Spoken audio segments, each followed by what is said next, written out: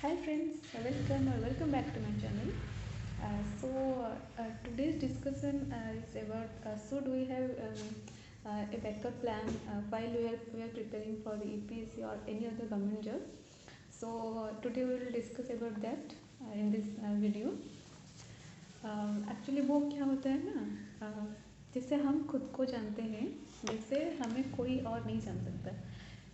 ये कहने का मतलब ये है कि हमें पता है कि क्या हमारा स्ट्रॉन्ग पॉइंट है, क्या हमारा वीक पॉइंट है, क्या हम ये जो पढ़ाई कर रहे हैं इसमें सक्सेस हो पाएंगे, कितनी देर में सक्सेस हमें मिलेगा। तो ये शायद बाहर लोग आपको बताते होंगे, लेकिन आपसे बेहतर आपको कोई नहीं जान सकता, जो ये मेरा मानना है। तो देखिए, जैसे कि हम सब मिडिल क्लास फैमिली से आते हैं, क्योंकि ज़्यादातर जो स्टूडेंट्स किसी भी गवर्नमेंट जॉब के लिए प्रिपरेशन करते हैं वो मिडिल क्लास फैमिली से ही बिलोंग करते हैं। तो being an elder child of a middle class family, I know the stress कि टाइम बीतता जाता है और एज भी हो जाती है। तो वो एक टाइम आता है जिस टाइम पे आप अपने पेरेंट्स से खुद की जो छोटी छोटी ज़रूरतें होती है उसके लिए भी पैसे नहीं मांग सकते।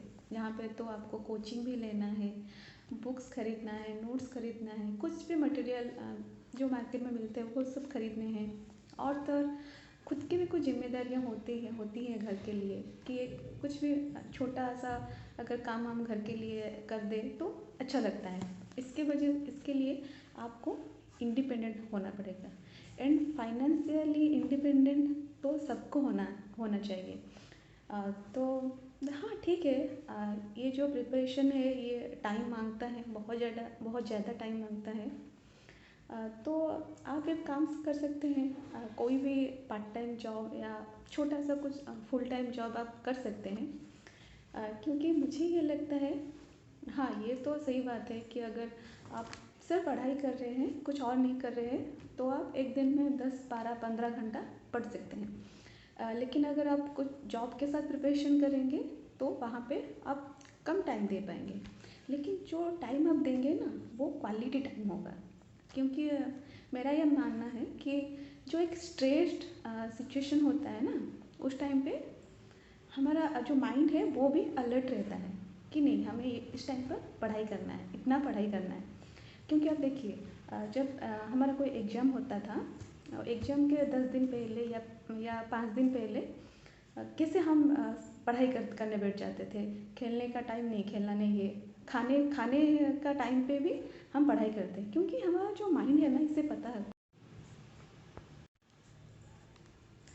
इसे बताना नहीं पड़ता कि अभी पढ़ना है, इसे पता होता है तो वो अलर्ट रहता है। तो मुझे ऐसा लगता है कि स्ट्रेट्स जो हमारे पास टाइम का कांस्टेंट रहता है, उस टाइम पे हम ज़्यादा मतलब क्वालिटी टाइम दे सकते हैं अपनी पढ़ाई के लिए। तो आप कुछ भी छोटा मोटा पार्ट टाइम काम हो, या फिर अगर आपने कोई कोर्स करके रखा है तो उसके हिसाब से जो कुछ भी जॉब आपको मिलता है तो आप वो कर सकते हैं। ऐसा नहीं है कि जो फुल टाइम पढ़ाई करते हैं उनका ही क्लियर होता है। बहुत बहुत सारा आपने देखे होंगे यूट्यूब पर, तो आजकल सब कुछ मिल जाता है। आपने वहाँ पर देखा होगा कि बहुत सारे वर्किंग प्रोफेशनल जिन्होंने अच्छी रैंक से हाँ, और फिर हाँ, तो फिर एक एक ये बात है कि आपको टाइम मैनेजमेंट करना पड़ेगा। आपको ये देखना पड़ेगा कि आपका टाइम जाता कहाँ पर है, क्योंकि ज़्यादातर ये टाइम होता है कि टाइम कहाँ चला जाता है हमें पता भी नहीं चलता। कुछ वीडियो देख लिया, कुछ नोट्स बना लिया, फिर ये कर लिया, वो कर लिया, एंड हो गया, पढ़ाई हो गया और टाइम चला गया। लेकिन वो क्वालिटी स्टडी टाइम नहीं आता है।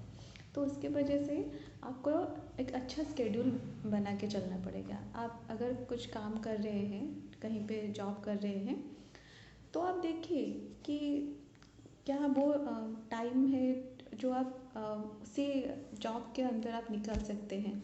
जैसे कि एक लंच टाइम होता है, लंच के बाद आपको हाफ एन आवर का ब्रेक रहता है। आप उसमें कुछ करंट अफेयर वगैरह जो आप ऑनलाइन सोर्स फॉलो करते हैं, आप उस टाइम पे उसको कर लीजिए। और देखिए मॉर्निंग टाइम आप जल्दी उठ जाइए, या फिर ऑफिस से जाके पढ़ना इतना क्वालिटी नहीं टाइम नहीं होता है, तो आप अर्ली मॉर्निंग स्टार्ट कर सकते हैं। आप सुबह 4 बजे उठ जाइए, 4 से 8 बजे तक पढ़ाई कर लीजिए। फिर ऑफिस जाते जाते या फिर लंच के टाइम आप पढ़ाई कर सकते हैं।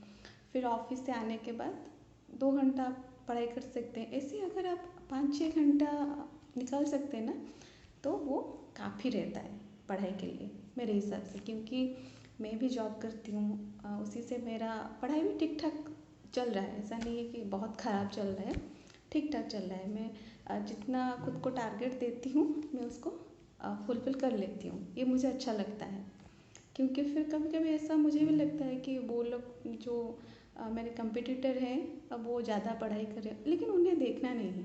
हाँ, कोई प्रॉब्लम कुछ प्रॉब्लम उनका भी होगा जो हमें पता नहीं रहता है। तो हमेशा पॉजिटिव देख के चलिए, और थोड़ा ये करिए कि आप टाइम को कैसे मैनेज कर सकते हैं। सब कुछ हो सकता है, ठीक है। तो और एक है कि खुद के अंदर एक पॉजिटिवनेस लेके आना पड़ेगा, कि खुद से ये हमेशा बताना चाहिए कि कुछ भी हो, कुछ भी चीज़ इम्पॉसिबल नहीं है। सब कुछ इस दुनिया में सब कुछ काम पॉसिबल है। और खुद पे बिलीव रखने का है कि अगर दूसरे लोग ये कर पा रहे हैं तो मैं क्यों नहीं कर पाऊँगी। ये ऐसा तो कुछ ये काम नहीं है जो मैं नहीं कर पा, अगर नहीं होता तो फिर वो लोग कैसे कर रहे हैं। कोई यहाँ पर अच्छा पढ़ाई कर रहे हैं, IIT में IIM से है, तो वो कर सकते, हम नहीं कर सकते। ऐसे नहीं सोचने का है, ठीक है। तो हाँ, ये है कि आप एक बैकअप प्लान लेके आप अपना प्रिपरेशन कंटिन्यू रख सकते हैं। क्योंकि देखिए, और एक बात भी है, अगर आपके पास एक बैकअप प्लान रहेगा तो ये जो टेंशन होता है ना कभी कभी, कि अगर ये नहीं हुआ तो मैं क्या करूँ, वो एक कम रहता है कि हाँ ठीक है, ये एक एग्ज़ाम था, नहीं हुआ, इसके बाद भी एक लाइफ है, तो हो जाएगा। लेकिन अगर आपके पास एक बैकअप प्लान नहीं होगा और ये एग्ज़ाम भी नहीं हुआ, तो आपको ऐसे लगेगा कि इस दुनिया में मेरे लिए कुछ है ही नहीं, मैं कुछ नहीं कर पाऊँगा। क्योंकि देखिए, उस टाइम पर आपका एज हो चुका होगा और आपके पास कुछ भी नहीं होगा सिवाय नॉलेज के। और खैर, नॉलेज तो अच्छी बात है, लेकिन उसको लेके आप करेंगे क्या। आपको गुजारा करने के लिए, रोटी कपड़ा मकान के लिए आपको कुछ तो करना पड़ेगा ना।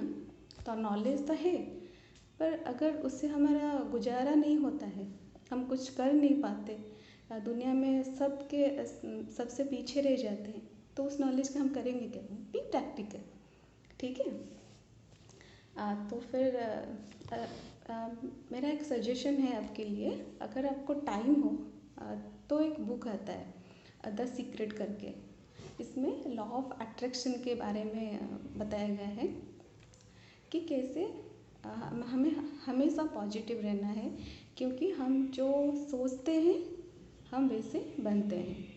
इसलिए अगर टाइम मिले, अगर आप कुछ कन्फ्यूजन में अभी भी हैं कि हमें क्या करना चाहिए क्या नहीं करना चाहिए, तो अगर टाइम है तो आप इस बुक को ज़रूर पढ़िएगा। यूट्यूब में भी अवेलेबल है, अगर आपको ऑडियो वगैरह सुनना है। इस बुक का जो ऑडियो है 4 घंटे का शायद, आप वो सुन सकते हैं, ठीक है। अगर कुछ भी और पूछना है या फिर कुछ भी और जानना है तो आप मुझे कमेंट सेक्शन में बता दीजिएगा, ठीक है। बाय।